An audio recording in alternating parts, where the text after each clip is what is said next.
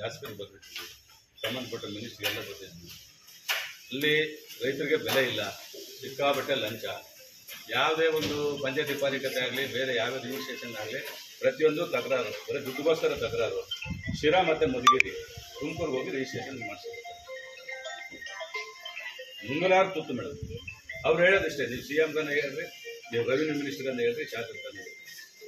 ನನಗೆ ಯಾರು ಹೇಳಿದ್ರು ಮೇಡಮ್, ನಿಮ್ಮ ಚೇಂಬರಲ್ಲಿ ಚೇರ್ ಎಷ್ಟಿದೆ? ನಾವೆಲ್ಲ ಬಂದರೆ ಕುತ್ಕೊಬೇಕು ಚೇರ್ ಇರೋದು. ಅವಮ್ಮ ಇದುವರೆಗೂ ಯಾವುದೇ ವ್ಯಕ್ತಿ, ನಾವು ಎಲ್ಲ ಯಾರು ಸೀನಿಯರ್ಸ್ ಹೋದ್ರು ಕೂಡ ಅವಮ್ಮ ಎದುರುಗಡೆ ನಿಂತ್ಕೊಂಡು ಒಂದು ಚೇರ್ ಕೂಡ ಚೇಂಬರ್ ಇಲ್ಲ ಸರ್.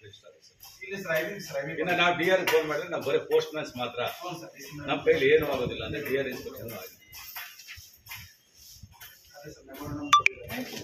ಅಲ್ಲ ಮೇಡಮ್, ಇಂಥ ಡಿಕ್ಟೇಟರು, ಇಂಥ ತುಗಲಕ್ಕು ದರ್ಬಾರ್ ನಡೆಸಿರ್ತಕ್ಕಂಥ ಯಾರು ನಾವು ಸಬ್ ರಿಜಿಸ್ಟ್ರಿ ಇದುವರೆಗೂ ನಮ್ಮ ಚರಿತ್ರೆ ನೋಡಿಲ್ಲ. ಇಡೀ ಡಿಸ್ಟ್ರಿಕ್ಟ್ ನೀವು ಹೆಂಗೆ ಕಾಪಾಡ್ತಾ ಇದ್ದೀರಾ? ಯಾವುದೇ ಕ್ಷಣಕ್ಕೆ ರೈತರು ಯಾವುದೇ ಪರಿಸ್ಥಿತಿ ಇದ್ರೂ ನೀವು ಸ್ಪಂದಿಸ್ತಾ ಇದ್ದೀರಿ. ತಾಲೂಕು ಮಟ್ಟದಲ್ಲಿ 24 ಗಂಟೆ ರೈತರು ಹೋಗೋ ಜಾಗದಲ್ಲಿ ಇವಾಗ ಒಂದು ಪಾರಿಕತೆ ಮಾಡಬೇಕು, ಇನ್ನೂ ಏನಾದ್ರು ರೈತರ ಕೆಲಸ ಮಾಡಬೇಕಾದ್ರೆ ಅದು ವಾಯ್ದೆ ಆಗ್ಬಿಟ್ಟು ನಾಳೆ ಬಂದು ಅದನ್ನೆಲ್ಲ ಓದಿ ಅಪ್ಡೇಟ್ ಮಾಡಿ ನಾಳೆನೋ ನಾಡ್ದು ಬಾ ಅಂತ ಹೇಳ್ತಾರೆ. ಏನಕ್ಕಂದ್ರೆ ದುಡ್ಡಿಗೆ.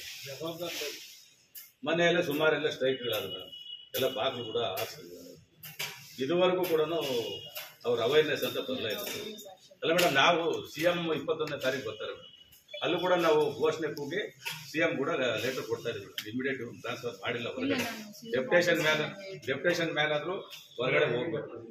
ಭಾಳ ತೊಂದರೆ ಆಗ್ತದೆ. Thank you.